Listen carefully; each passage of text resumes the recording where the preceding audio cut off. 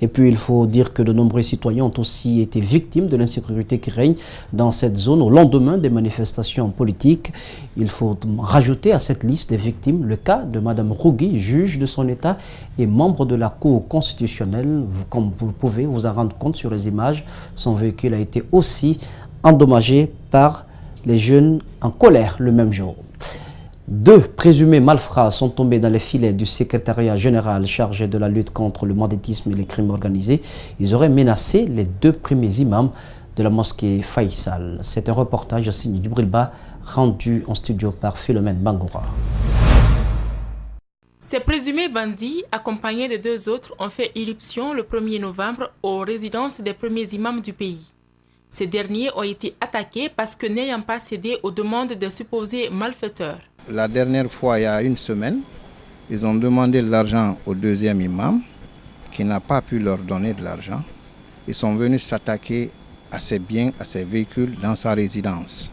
Ils ont caillassé 3 véhicules et ils ont laissé le message soi-disant qu'ils vont revenir. Et cette fois-ci, ce n'est pas pour gâter les véhicules ou s'attaquer aux biens des 2 imams, mais cette fois-ci, c'était pour attenter à leur vie. Aussitôt, l'imam de la grande mosquée Faisal et son adjoint ont bénéficié du coup de main des services spéciaux.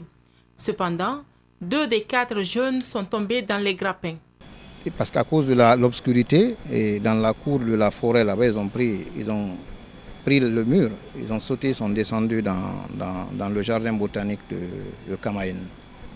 Joint au téléphone, le premier imam a confirmé cette déconvenue et en même temps, ces présumés délinquants seront traduits devant la justice. Restons toujours dans le registre de l'insécurité avec cette découverte macabre dimanche dernier à Sébéa, dans la préfecture de Koya, un corps sans vie refoulé par les eaux a sidéré tout un district. La victime a été identifiée.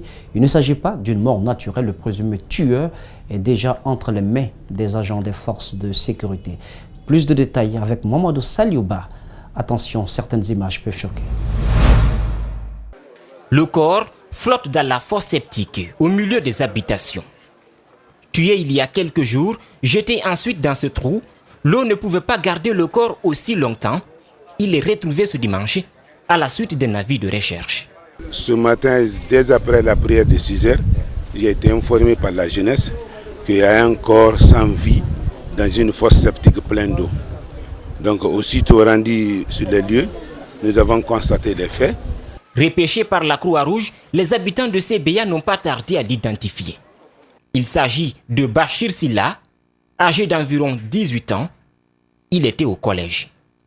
À la veille de cette découverte, le présumé tueur a été appréhendé en train de cogner ce mur, derrière lequel se trouve la fosse.